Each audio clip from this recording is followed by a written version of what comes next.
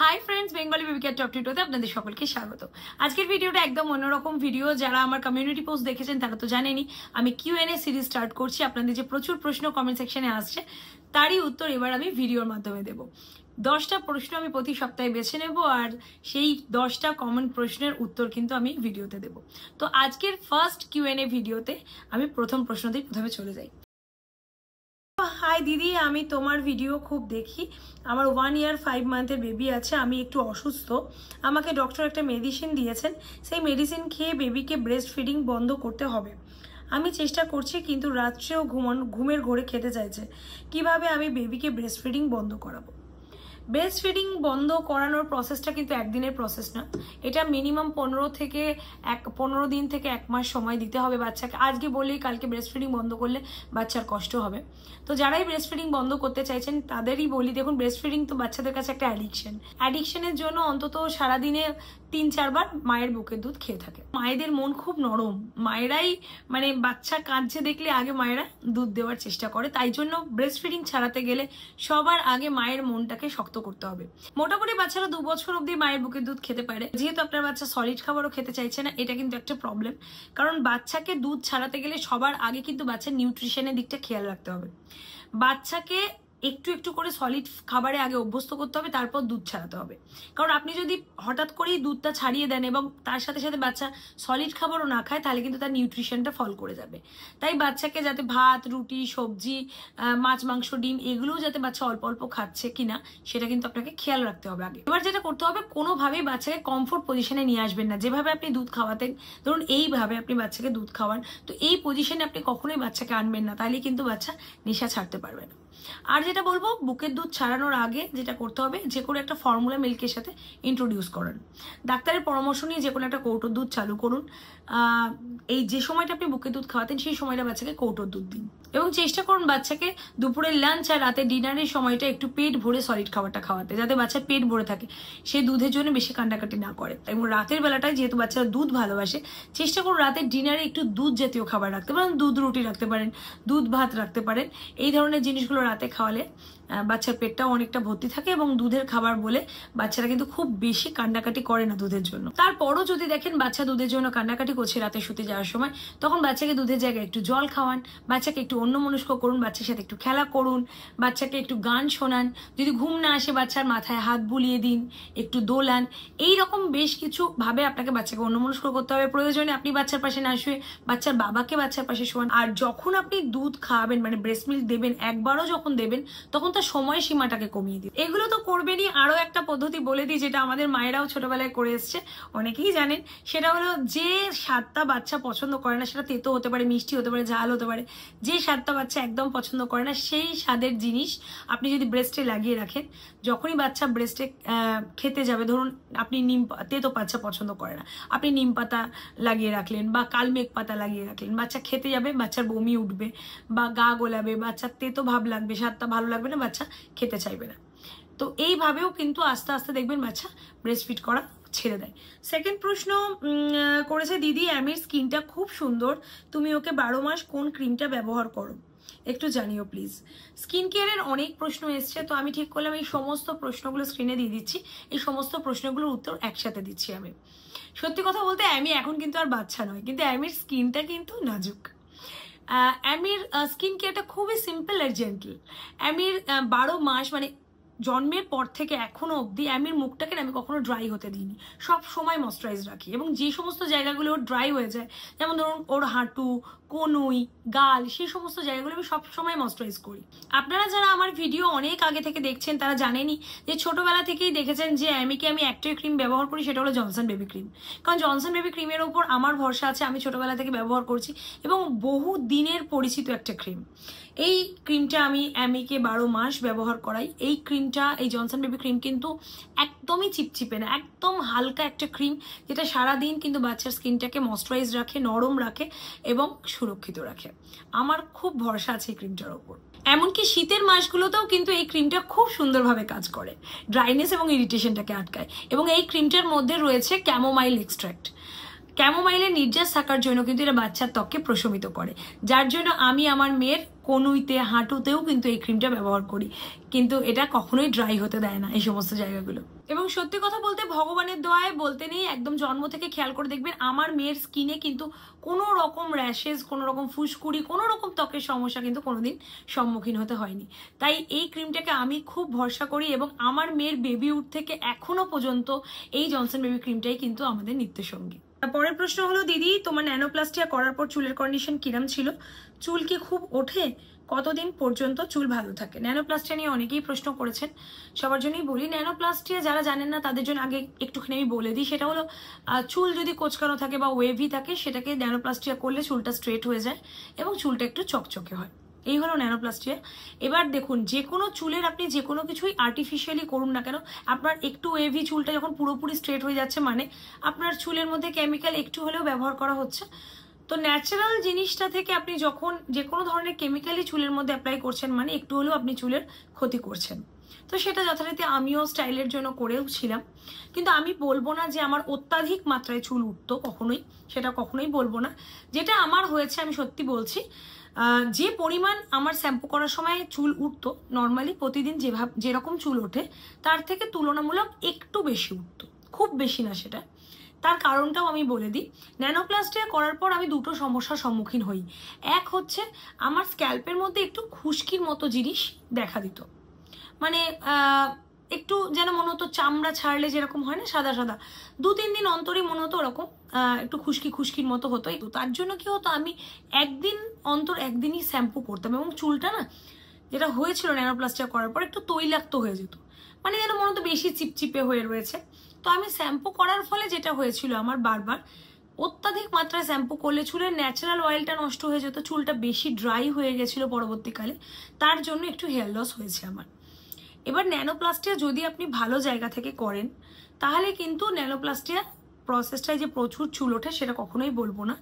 কিছু কিছু জায়গায়, কিছু কিছু স্যালনে বা কিছু কিছু পার্লারে যদি ঠিকঠাক মতো ন্যানোপ্লাস্টিয়া করা না হয় সেক্ষেত্রে কিন্তু অত্যাধিক মাত্রায় চুল ওঠে। কারণ ন্যানোপ্লাস্টিয়া যে হিটটা ব্যবহার করা হয় সেটা যদি ঠিক মাত্রায় না দেওয়া হয় তাহলে কিন্তু চুল ওঠে।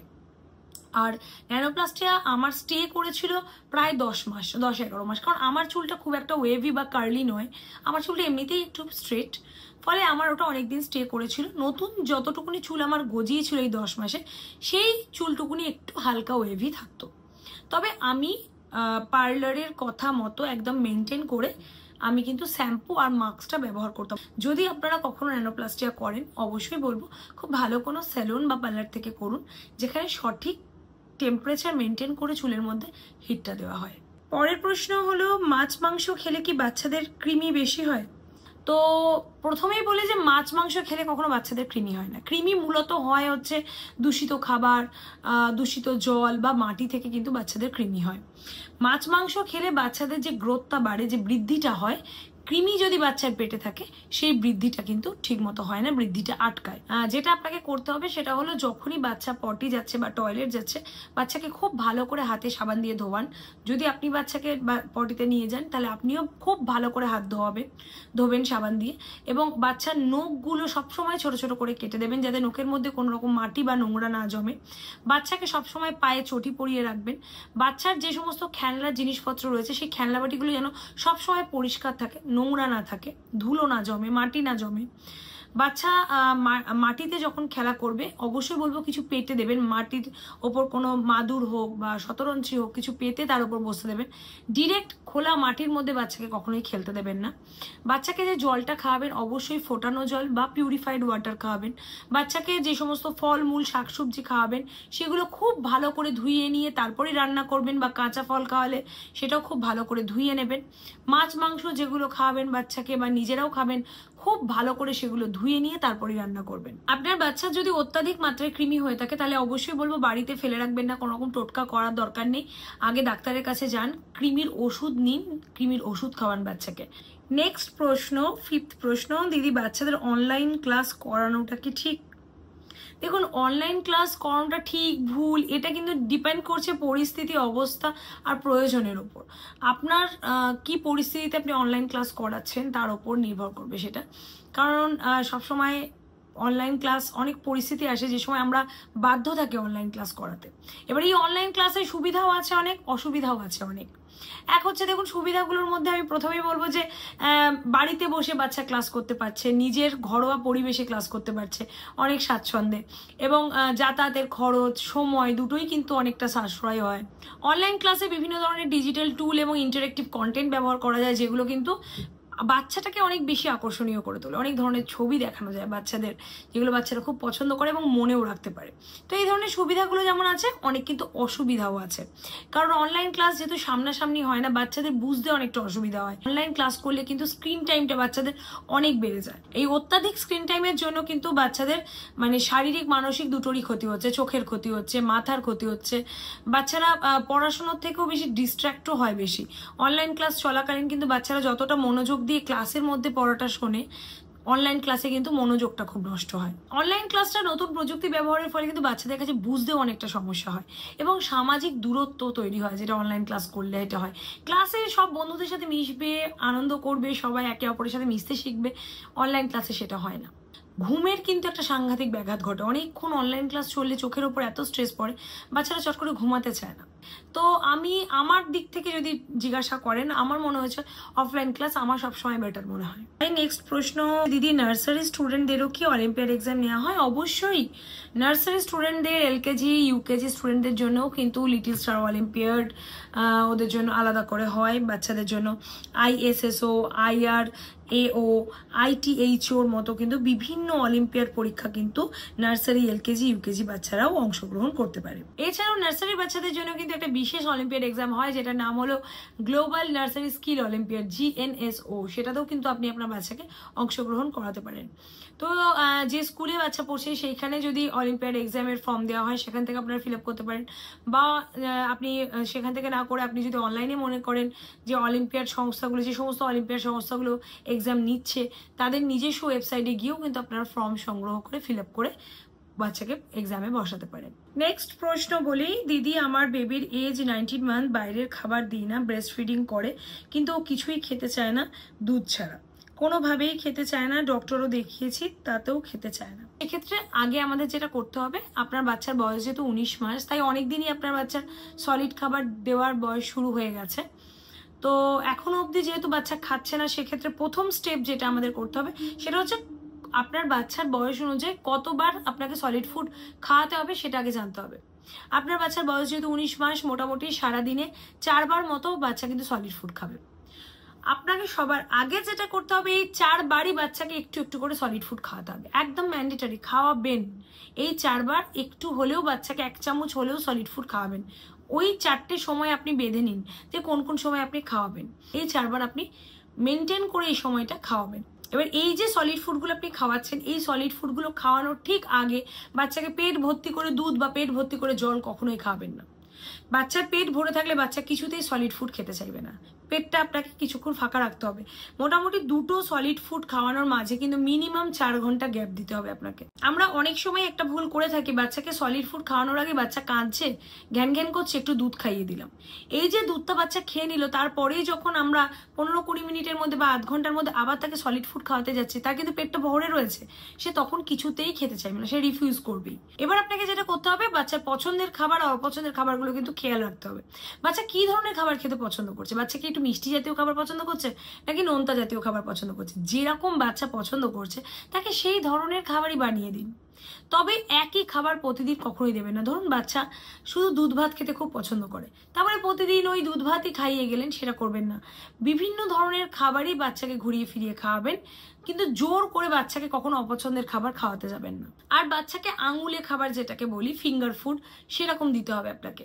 সেটা হচ্ছে যে সমস্ত খাবারগুলো বাচ্চারা নিজে ধরে খেতে পারছে, ধরুন নরম সবজি বা নরম ফল, ধরুন একটু কলা আপনি ভেঙে বাচ্চাকে দিলেন, বাচ্চা নিজে নিজে খেলো, একটু পাস্তার টুকরো দিলেন, বাচ্চা নিজে নিজে ধরলো। এই ধরনের খাবারগুলো খেতে খেতে বাচ্চারা খাবারে ইন্টারেস্ট পায়। আর বাচ্চাকে একটু মুভমেন্ট করতে দেবেন, অ্যাক্টিভিটি করতে দেবেন। বাচ্চার বয়স অনুযায়ী বাচ্চা যেটুকুনি করতে পারে, ধরুন আপনার বাচ্চা হামাগুড়ি দিতে পারে, ওকে সারাদিন একটু হামাগুড়ি দিতে দিন। বা বাচ্চা দৌড়াতে শিখেছে বা হাঁটতে শিখেছে ধরে ধরে, ওকে একটু হাঁটান। একদম শুয়ে বসিয়ে রাখবেন না, তাহলে কিন্তু বাচ্চাদের খিদে তৈরি হবে না। বাচ্চা যত অ্যাক্টিভিটি করবে বাচ্চার খিদে পাবে, বাচ্চার পেটে গ্যাস হবে না, বাচ্চা সুস্থ থাকবে। বাচ্চাকে বারে বারে খাওয়ান, কিন্তু অল্প পরিমাণে খাওয়ান, একেবারে এক গাদা খাবার খাওয়াতে যাবেন না। নেক্সট প্রশ্নে যাই। এবার নেক্সট প্রশ্ন হলো কারি পাতা কি, কারি পাতা কি, কারি পাতা কি। প্রচুর প্রশ্ন এসছে কারি পাতা কি। ইংলিশে যেটাকে কারি লিপস বলা হয়, কারি পাতা বলে অনেকে, অনেকে সুইট নিম বলে, মিষ্টি নিম যেটাকে বলে। তো কারি পাতা তো আমি এটাই জানি, কারি পাতাকে কারি পাতাই বলে, কারি লিপস বলে।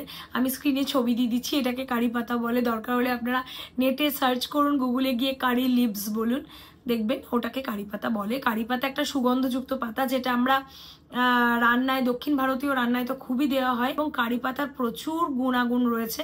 সেটা চুলে লাগালেও প্রচুর গুণ রয়েছে, চুলের দিক থেকে, পেটে খেলেও প্রচুর গুণাগুণ রয়েছে। নেক্সট 9 নম্বর প্রশ্ন হলো অ্যামির স্কুলের ফিস কত আর অ্যামির বয়স কত। অ্যামির বয়স হলো 6 বছর, অ্যামি ক্লাস 1-এ উঠলো। আর অ্যামির স্কুল বলতে অ্যামি ডিএভি স্কুলে পড়ে। তো ডিএভির ফিস স্ট্রাকচার হচ্ছে ভর্তি হতে গেলে 30,000 টাকা অ্যাডমিশন চার্জ, আর মান্থলি ক্লাস 1-এর ওর ফিস হলো 2,690 টাকা মান্থলি ফিস। আর সেশন চার্জ, যেটা প্রতি বছর এপ্রিল মাসে স্কুলে জমা করতে হয়, সেটা হলো 10,000 টাকা। স্কুলের গাড়ির ফিস পুরোপুরি আলাদা, এটা আমি স্কুলের ফিস বললাম। আজকের ভিডিওর লাস্ট প্রশ্ন, 10 নম্বর প্রশ্ন হলো এই গরমে বাচ্চাদের কিরকম খাবার খাওয়াবেন। খুব ভালো একটা প্রশ্ন, কারণ গরমে বাচ্চাদের শরীর দুর্বল হয়ে পড়ে। এই সময় যতটা পারবেন বাচ্চাদের সহজপাচ্য খাবার, যেগুলো সহজে হজম হয়ে যায়, সেই ধরনের খাবার খাওয়াবেন। বাচ্চাদের এই সময় গরমে বেশি করে ফল খাওয়াবেন, যে সমস্ত ফলে জল রয়েছে বেশি, বিশেষ করে যেমন তরমুজ, শসা, এগুলো বেশি করে খাওয়াবেন। এই সিজনে যে ফলগুলো পাওয়া যায়, পেঁপে, জাম, জামরুল, কলা, এই ধরনের আম, এই সমস্ত খাবারগুলো অবশ্যই ডায়েটে রাখুন। ফলের রস বাচ্চাকে খাওয়াতে পারেন, শরবত খাওয়ান, দইয়ের ঘোল, লস্যি, মিল্ক শেক, ডাবের জল, নুন চিনি লেবুর শরবত, ছাতুর শরবত, পুদিনার শরবত, বেলের শরবত, এইগুলোটা শরীরটাকে ঠান্ডা রাখে। এগুলো এই সময় খাওয়াবেন। যত পারবেন বেশি করে এই সময় শরবত দেবেন বাচ্চাদের। টাটকা টাটকা সবজি দেবেন, মাছের ঝোল দেবেন, হালকা করে খিচুড়ি দিতে পারেন। মাংস বানালেও পাতলা করে মাংসের ঝোল বানিয়ে দিন। তো কম মশলা দিয়ে সতেজ খাবার বাচ্চাদের এই সময় খাওয়াবেন। লাউ, পেঁপে, মিষ্টি কুমড়ো, ঢেঁড়স, করলা, এই ধরনের সবজিগুলো অবশ্যই খাওয়াবেন। আর অবশ্যই বলবো প্রতিদিন পাতে একটু করে টক দই দেবেন বাচ্চাকে, খুব ভালো। চিনি নুন কোনো কিছু দেওয়ার দরকার নেই, প্লেন টক দই বাচ্চাকে দেবেন। আর বাইরের খাবার একদম এই গরম কদিন খেতে দেবেন, অত্যাধিক গরম পড়েছে। যে ফলের রস খাওয়াবেন অবশ্যই বলবো ঘরে তৈরি ফলের রস খাওয়ান। প্যাকেটজাত ওই ফ্রুটি, মাজা, এই ধরনের প্যাকেটজাত ফলের রস একদমই খাওয়াবেন না। নেক্সট আরো কমেন্ট আপনারা করতে থাকুন, সেখান থেকে আবার 10টা প্রশ্ন বাছাই করে আমি নেক্সট সপ্তাহে আবার একটা আনবো কিউএনএ ভিডিও। তো চলুন আজকে ভিডিও এখানেই শেষ করছি। ভালো থাকবেন, সুস্থ থাকবেন, খুব তাড়াতাড়ি আবার দেখা হচ্ছে। টাটা।